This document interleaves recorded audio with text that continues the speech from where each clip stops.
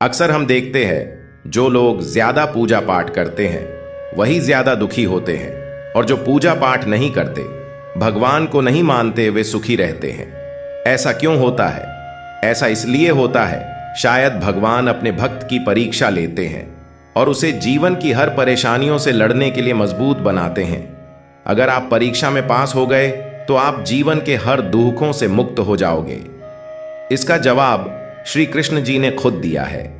यह बात द्वापर युग की है।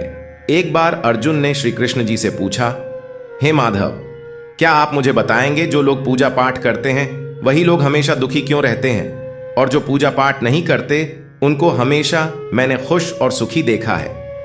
ऐसा क्यों होता है? अर्जुन की यह बात सुनकर श्री कृष्ण जी मुस्कुराए और बोले, ही पार्थ, आपने ये बात पूछी है, ये बहुत रोचक और ज्ञानप्रद है।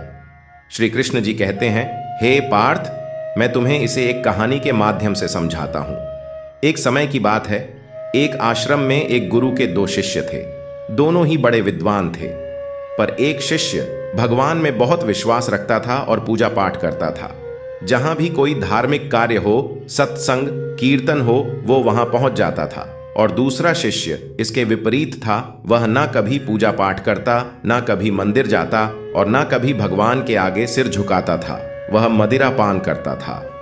एक दिन की बात है, भगवान को ना मानने वाला शिष्य एक दिन बुरे वचन बोलते हुए रास्ते से जा रहा था। उसे रास्ते में सोने चांदी का मटका मिल जाता है और उसकी खुशी का ठिकाना नहीं रहता। वह जोर जोर से चिल्लाता है, उसे सोने चांदी का मटका मिला है, अब वह अपनी हर जरूरत पूरी कर सकता है, अपने लिए हर तरह की सुख सुविधाएं खरीद सकता है। वही दूसरा शिष्य मंदिर से भजन करके घर आ रहा था कि उसके पैर में कील चुभ जाती है और उसके पैर से खून निकलने लगता है। रास्ते में उसे दूसरा शिष्य मिलता है। वो उसे हंसते हुए बोलता है, तुम वही हो जो सबसे ज्यादा पूजा पाठ करते हो, भगवान का भजन करते हो। आखिर क्या दिया तुम्हारे भगवान ने? तुम मुझे देखो, मैं कभी भी मंदिर नहीं गया और ना कोई भी अच्छा काम भी नहीं किया। ना मेरे घर में मंदिर है और ना मैंने कभी अपने घर में सत्यनारायण की कथा करवाई है।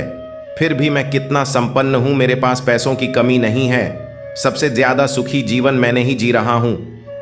एक शिष्य को उसकी बात चुभी और वो सोचने लगा, यह सच बोल रहा है। मैं तो कितना पूजा पाठ करता हूं, मैं फिर भी गरीब हूं, और ये कुछ नहीं करता फिर भी अमीर है। यह बात सोचते हुए उसने बोला, चलो गुरु जी के पास चलते हैं, उनसे इस सवाल का उत्तर जानते हैं। वह गुरु के पास चल जाता है और पूछता है, मैं इतनी पूजा पाठ करता हूं फिर भी मैं इतना गरीब हूं, ये कुछ भी नहीं करता और इसके पास सब कुछ है।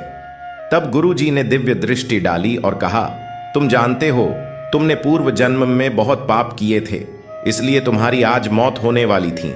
लेकिन तुमने इस जन्म में अच्छे कर्म किए थे तो सिर्फ तुम्हारे पांव में सिर्फ कील ही चुभाई, और इसने पूर्व जन्म में अच्छे कर्म किए थे। यह एक संत महात्मा था, इसलिए इसे इस जन्म में बहुत बड़ा मिलने वाला था। यह एक राजा बनने वाला था, पर इसने इस जन्म में कोई भी अच्छा काम नहीं किया और पूर्व जन्म के कर्मों के अनुसार इसलिए इसे सिर्फ थोड़े से पैसों तक सीमित रखा। हे शिष्य, भगवान को दोष देना बंद करो और समय का सदुपयोग करें, और दूसरों की बुराई करना बंद करो। करनी है तो भगवान से अपनी बुराई खुद करो और कहो, मैं कैसा हूं? आप अपने सारा विचार भगवान को बताइए। ऐसा करने पर भगवान आपको उचित मार्गदर्शन देंगे, जिससे आपका आने वाला भविष्य सुधर जाएगा। यह सुनकर शिष्य की आंखें खुल गईं और वह फिर से भगवान के पूजा पाठ में लग गया। तब श्री कृष्ण जी ने अर्जुन को कहा, अब तो तुम्हें पता चल गया होगा कि भगवान की पूजा पाठ करने वाले दुखी क्यों रहते हैं। तब अर्जुन ने कहा, जी हां माधव, अब मुझे इस बात का संपूर्ण ज्ञान हो गया है। भगवान की हुई उपासना कभी व्यर्थ नहीं जाती है। अगर आपके पहले के जन्म में कोई पाप थे तो वो इस जन्म में भगवान की भक्ति से नष्ट हो सकते हैं। अगर आप पर कोई मुसीबत आने वाली होगी तो वो भी दूर हो जाएगी। लेकिन कुछ लोग ऐसे होते हैं जिन पर अगर कोई मुसीबत आती है तो वो भगवान को दोष देने लगा जाते हैं। ऐसा नहीं करना चाहिए। हो सकता उसमें भगवान की कोई मर्जी हो, वह आपकी परीक्षा ले रहा हो। हमें भगवान पर पूरा भरोसा रखना चाहिए और अपना कर्म करते रहना चाहिए और फल भगवान पर छोड़ देना चाहिए। भगवान कहते हैं, तू करता वही है जो तू चाहता है और होता वही है जो मैं चाहता हूं। इसलिए तू कर वही जो मैं चाहता हूं और होगा वही जो तू चाहता हूं। इसलिए सब भगवान पर छोड़ दो, हो सकता है वो तुम्हें कुछ बेहतर देना चाहते हो।